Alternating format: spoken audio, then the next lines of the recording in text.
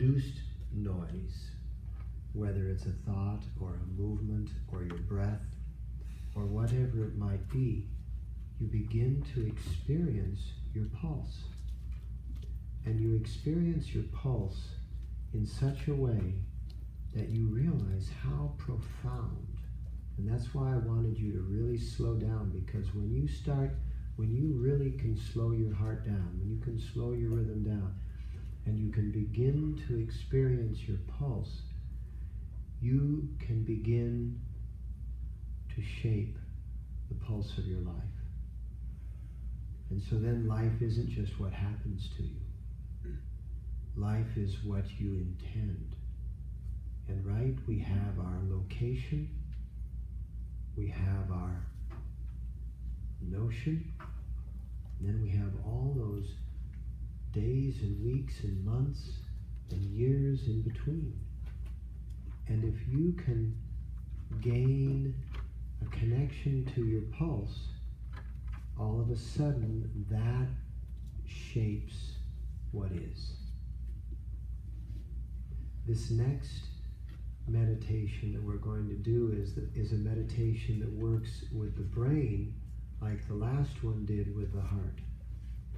And that's the Subhav Kriya, right? Hara, Hara. Now, the hands are the fullest extension of your heart chakra, but they're also formed in the brain. So the hands are the connection between your brain and your heart. Because when you were just an embryo, just a ball of multiplying cells, your hands and your brain were forming out of the same cell location. And when you blossomed, and sometime before you blossomed into a fetus, your hands begin to isolate themselves and disconnect from what then became the skull and the skin of the head, right? And all of a sudden now the hands are independent and the brain is enclosed. But throughout your life, there is that relationship between your hands and your brain.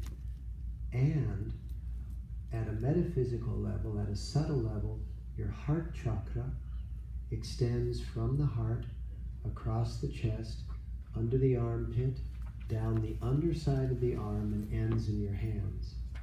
Now remember when I was showing you about the light body, the hands and the heart are some of the most active locations of those large quantities of nanocrystals, as we would call them. And so you have this relationship between your heart, your hands, and your brain. And it's that relationship between your heart and your hands and your brain which allow you to make your life. But your life has to be made through the combined projection of your heart and your brain into your hands to produce whatever it is that you want to make of your life, rather than all of these errant thoughts which are just kind of like you driving under those high electricity wires, you know, and your radio would all go, like this, right? Because you don't have thoughts. You receive thoughts. Your brain is a radio. The mind is universal. The mind is forming thoughts from the most dour and dire to the most exalted and exhilarating. The full spectrum. And where you tune in is how you will think. So when you are producing this relationship between your heart, your head, and your hands, you're raising the frequency of the brain so that it actually begins to think thoughts that are very phenomenal. I tell you a funny story. There was a little boy, and he was so positive that his parents were very worried. They thought, this kid is so naive that he thinks the best in any situation. He's going to get taken advantage when he grows up. We've got to teach him something that is not so wonderful. And maybe is never going to be so wonderful. He has to learn to deal with stuff. So they connected with a group of psychologists, and they all sort of analyzed the boy, and they realized this boy was so positive that there was very little in this planet that was going to ever make this child, if anything, have a bad day. And they thought, this is going to be a real problem when he grows up. Or it could be a she. Let's not be so ridiculous. So he or she, when they grow up, and this, as the story goes, so they devised a plan. They said, we'll fill a room 6 inches deep with horse manure, and we'll put the child in there, and we'll lock the door, and we won't come back for 2 hours. So they did. And they came back 2 hours later. And the little child was down on his hands and knees, going through, looking at his hands, going through and just really examining the room. And he looks up at them as they open the door and he says, the pony's got to be here somewhere because this shit is fresh.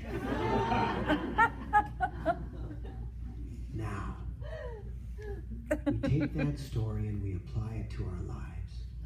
How can you find a pony in a shitty situation? And that is when your heart and your head and your hands are in concert. Because some people can find shit in a pony situation. And there's all kinds of room in between those two. But understand that it is up to you to make of your life the best of your life. In any moment you can shape your life. Yogi Bhajan said, if all you've got is shit, you must plant seeds in it because it's great fertilizer. Don't consume it. Understand that maybe if you're full of manure, it might be spring. At least in your world it is. You go, wow, this is really rich. Stinks, but it's really rich. Let me plant some seeds. Because if you can turn those dour situations into revelations, into opportunities, now you're human. Because hue means light. A true human is one who shines light on all situations and begins to utilize that quantum observation of where the observer produces the observed. Don't go, oh man, you're a nut, you're a this, you're a that. No, go, wow, this must be the beginning of this. And then you shift it into that gear. And you will find that people will love to follow that. They will love to follow that because we all want the same thing. And once we come to that, now our intentions can reach our notion. So here's how we do it. You go like this, and once again we're going to go slower than hud, hud, hud, hud, hud. You know, that's like crazy making, as is this. You're not running a sprint. You're sailing through the universe. Okay? There's a difference. So we're going to go something like hud, hud, hud. Join me.